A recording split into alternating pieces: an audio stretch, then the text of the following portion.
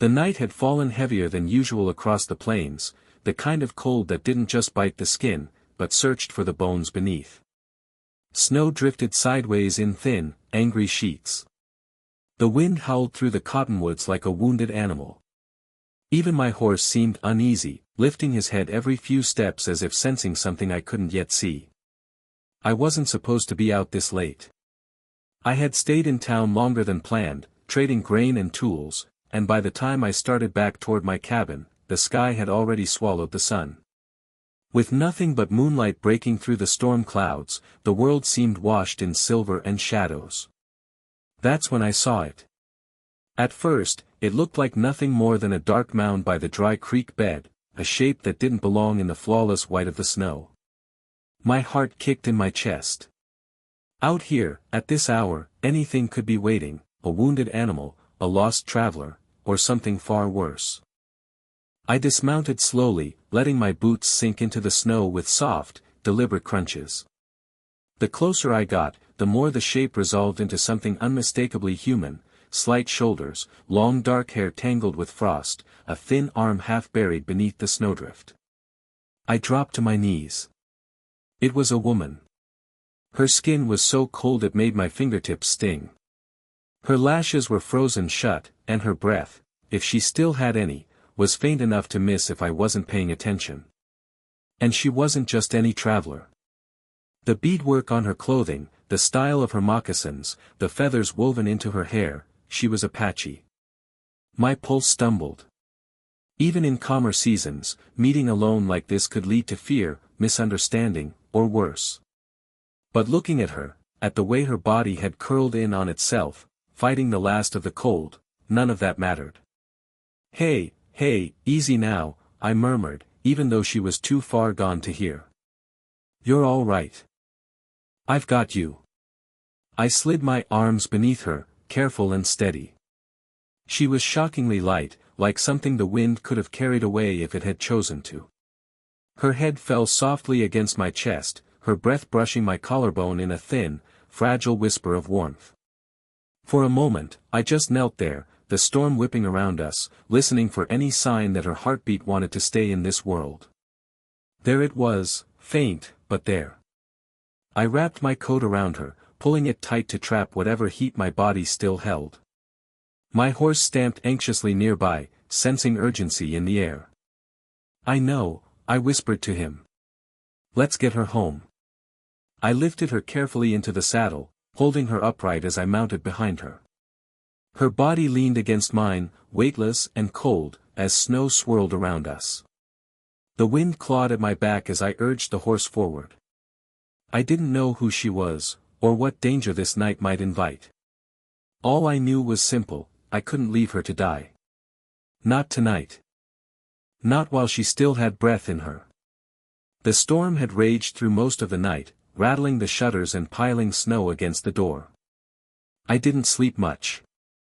Every hour or so, I checked on her, the Apache woman I'd carried in from the cold, making sure her breathing stayed steady, making sure the fire didn't burn too low. My cabin wasn't big. 2 rooms, low ceilings, walls lined with old cedar planks that creaked when the wind pushed too hard. But that night, it felt even smaller with the weight of worry pressing in from all sides. She lay on my bed, wrapped in every blanket I could find, her hair thawing slowly by the fire's glow. I had pulled a chair close enough to watch her, but far enough that I wasn't crowding her space.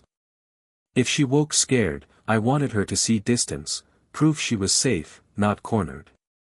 Sometime near dawn, as the storm softened into a quieter, gentler snow, she finally stirred. It started with the smallest movement, her fingers twitching beneath the blanket. Her brows pinched together, her breathing shifting from shallow to something more present. Then her eyelashes fluttered, brushing softly against her cheeks as the frost melted away. Her eyes opened. And for a moment, the entire room seemed to hold its breath. She didn't move at first. She just stared up at the low wooden beams, confusion clouding her expression.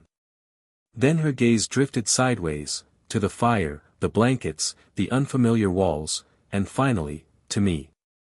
The change was immediate. Her whole body tensed. She pushed herself upright with surprising speed, her pulse visible in the hollow of her throat.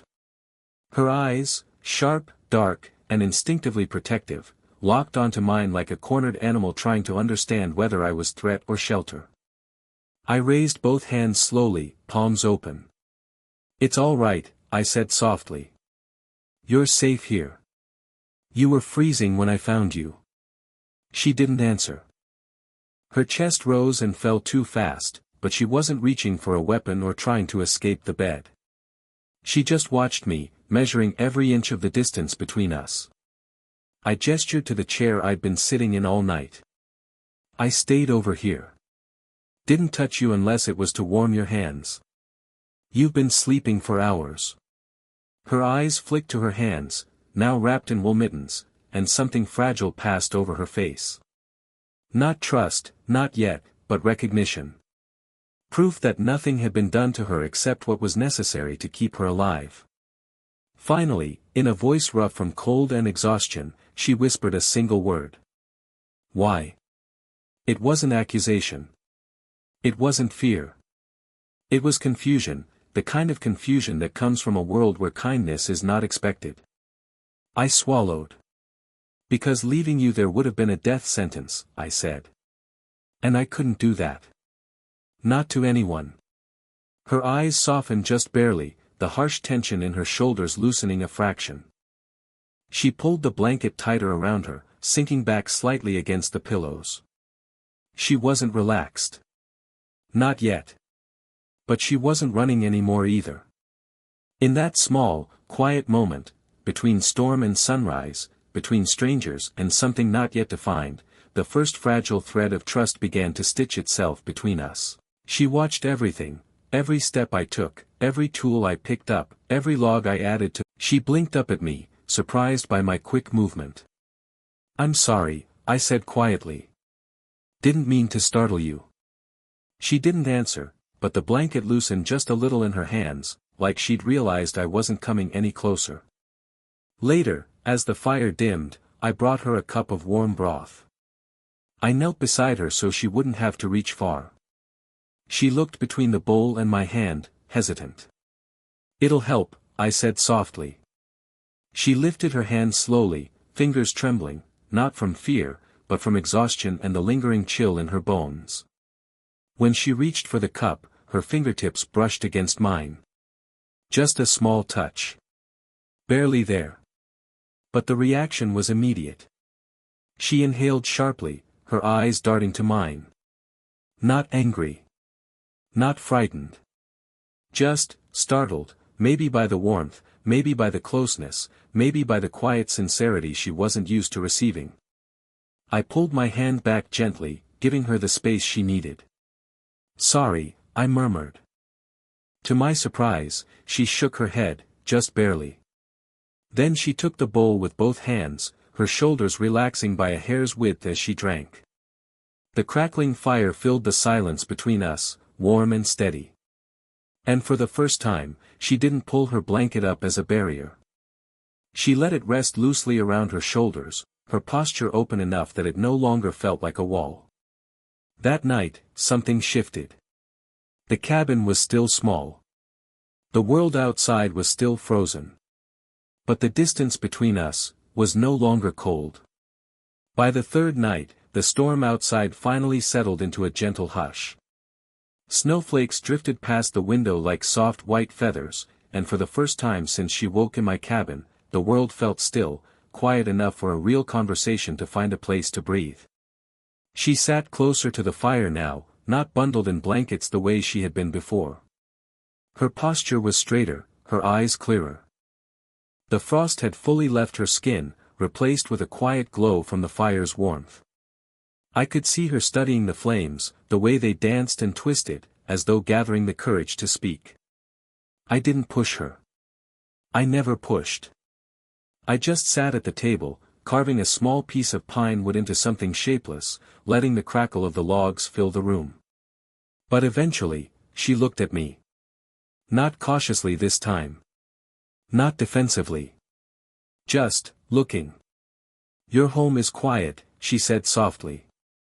Her voice was steadier than before, though still carrying the weight of exhaustion. Too quiet. I set the carving aside, giving her my full attention. I imagine compared to life with a whole tribe, it must feel empty. She hesitated, eyes drifting back to the fire. It is strange. I am used to many voices. Many footsteps. Her hands folded in her lap, fingers tightening slightly. Not silence like this.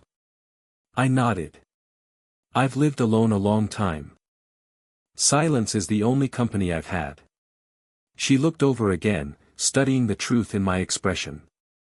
Something in her face softened, like a veil slipping. She whispered her name then. A simple offering, but it landed in a space between us with surprising weight. I repeated it softly, careful not to mispronounce it. She watched me closely, and a faint, almost invisible smile tugged at the corner of her lips, the first hint of warmth I'd seen from her. I was with my sister, she said, voice thinning. We were hunting. Snow came faster than we expected. She went ahead, her breath shivered. I fell behind. She swallowed hard, blinking rapidly as firelight reflected in her eyes. It wasn't fear I saw there, just the ache of not knowing. I got lost, she finished quietly. The cold took the rest. I didn't speak immediately. I let the silence settle in a way that didn't feel empty this time, more like a shared understanding of pain. Then I told her about my family. How fever took my parents. How my brother left for the east and never returned. How the cabin became the only thing I knew how to hold on to. She listened with an intensity that surprised me, her eyes softening with every word. Not pity, just connection. When I finished, she looked down at her hands for a long moment before slowly reaching one toward me. Her fingers touched the back of my hand, light, hesitant, warm. Not an accident. Not fear. A choice. A thank you carried through touch instead of words. I didn't move, afraid any motion would break the fragile bridge she'd just built. We sat like that, her hand resting on mine, her story resting between us, as the fire glowed brighter, melting more than just the cold. For the first time, the cabin didn't feel like a place holding two strangers. It felt like two lives warming in the same quiet light. The storm finally broke on the fourth morning. Not gradually, but suddenly, as if the sky had grown tired of fighting and simply gave up. The wind died. The world brightened. And sunlight spilled across the snow, sharp and golden, glittering like broken glass.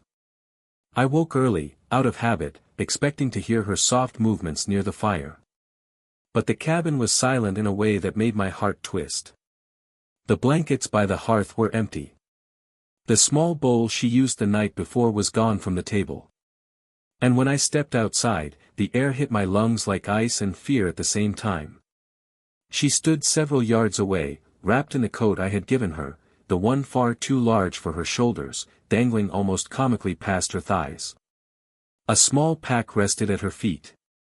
Her breath came out in white clouds, drifting upward.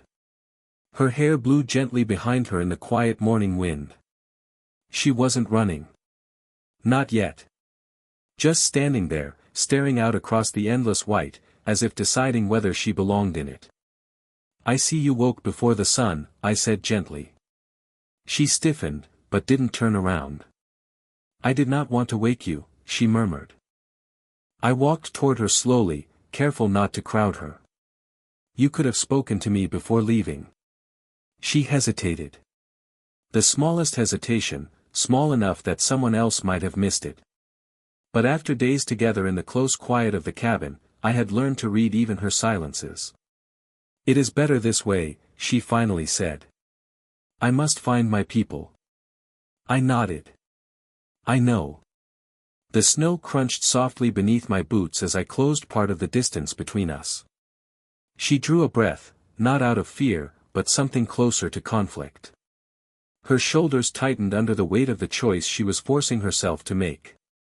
I reached to hand her a small leather pouch filled with food and dried meat. Take this, then. She turned, surprised.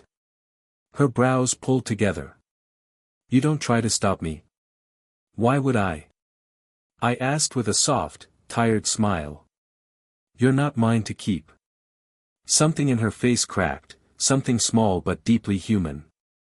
Her eyes softened, the defensive edge fading. But she still spoke quietly, I do not know where they are. The snow, it covered the tracks. Everything looks different. You won't search alone, I said. She blinked. I did not ask you. You don't have to. The wind picked up, sweeping her hair across her face. Without thinking, I reached out to gently move the strands aside. My hand hovered, pausing, asking permission without words. She surprised me by stepping into the gesture, letting my fingers brush her cheek. Warm. Real. Fragile. Her eyes lifted to mine, filled with uncertainty, and longing she was too proud to voice. You care, she whispered, as if the truth startled her. I do, I answered quietly. More than I meant to. For a long moment, neither of us moved. Her breath mingled with mine, soft and warm in the cold air. The sunlight lit her face, revealing something vulnerable she had never shown before. Finally, she exhaled shakily. I do not want to go alone. She said it so softly I almost wondered if she meant for me to hear. But I did. And the tension between us, all the unspoken fears and hidden closeness of the past few days, settled into something deeper, steadier. A choice made not out of desperation, but out of quiet trust. And maybe something more. Once she decided not to walk into the white wilderness alone, something unspoken shifted between us. It wasn't dramatic, not loud or sudden. It was quieter, a slow, steady thaw, like winter finally choosing to loosen its grip. She followed me back toward the cabin, her steps light in the snow. I noticed she walked closer than before, not within touching distance, but near enough that our footprints overlapped in places. A small thing, but after days of cautious distance, it felt meaningful. Inside, the cabin welcomed us with the soft glow of the fire, still alive from the embers I had banked before sleeping. She set her pack down, hesitating as if checking whether she was truly allowed to stay. I gave her a reassuring nod. We'll go looking for your people once the snow settles, I told her. Tracks will be easier to read, and the horses won't tire as fast. She dipped her head in gratitude, her hair falling forward like a curtain. Thank you, she whispered, not with the guarded sharpness of previous days, but with a warmer tone, something bordering on relief. From that moment on, our rhythm changed. She insisted on helping with the chores, gathering wood, brushing out the horses, mending torn seams in my old coat. At first, I tried to tell her she still needed rest, but she only gave me a pointed look, the kind that made arguing feel foolish. So we worked together. And with every shared task, the air between us warmed. When I chopped firewood, she stood nearby, watching the blade rise and fall. Not suspiciously, but curiously, her eyes following the movement with quiet interest. When she gathered fallen branches, she brushed the snow off them with her bare hands, her breath turning to mist in the cold air. I found myself watching the delicate, precise way she worked, efficient, yet graceful. Inside the cabin, the tension softened even more. She laughed for the first time, a soft, breathy sound, when I attempted to speak a few Apache words she'd taught me. I butchered the pronunciation, and she pressed her fingers gently to her lips to hide her smile. You speak like a newborn deer walks, she teased lightly. Is that an insult? I asked. She shrugged with playful seriousness. Only a little. Her laughter warmed the cabin more than the fire. One evening, while the snow pressed softly against the windows, she sat beside me on the bench near the hearth. Not across the room, not curled into the corner, but right beside me, close enough that the sleeves of our coats brushed. I froze at first, surprised by her choosing the space. But she didn't look at me. She simply watched the fire, her expression calm, her breathing steady. After a few minutes, her shoulder rested lightly against mine, a gentle, deliberate weight. "I lived because you cared," she said quietly, as if speaking to the flames. "I have not forgotten that." My throat tightened. "You don't owe me anything," I whispered back. "I know," she said. "But I still care that you cared." Her hand slid into mine then, slow, cautious, but sure. Her fingers were warm this time, no longer stiff from frost. I didn't squeeze, didn't pull her closer. I simply let her hand rest in mine, matching her pace, letting the moment breathe. In that quiet closeness, with firelight flickering across her face and snow whispering against the roof, we weren't two strangers from different worlds anymore. We were two people who had chosen each other. Not because of fear. Not because of circumstance. But because in the silence of a winter storm, our hearts had found warmth together. The night before the council gathering was the longest night of the cowboy's life. He sat outside the small cabin, staring into the dim fire that kept fading in the breeze. Every time the flame dipped, he felt the same fear rise in him, fear that at sunrise, he might lose the only woman who had ever touched his heart without even trying. Inside, the Apache woman was awake too. She traced the patterns carved into the wooden window frame, her fingers shaking slightly. Tomorrow, her entire future would change forever. She couldn't decide which was heavier in her chest, the weight of leaving her people or the weight of imagining a life without that quiet, stubborn cowboy who never tried to claim her, only protect her. When the first thread of dawn touched the sky, they stepped outside together.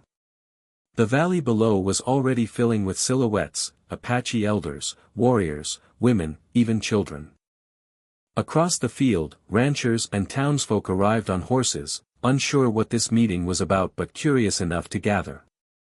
Two worlds that rarely met now faced each other, because of her.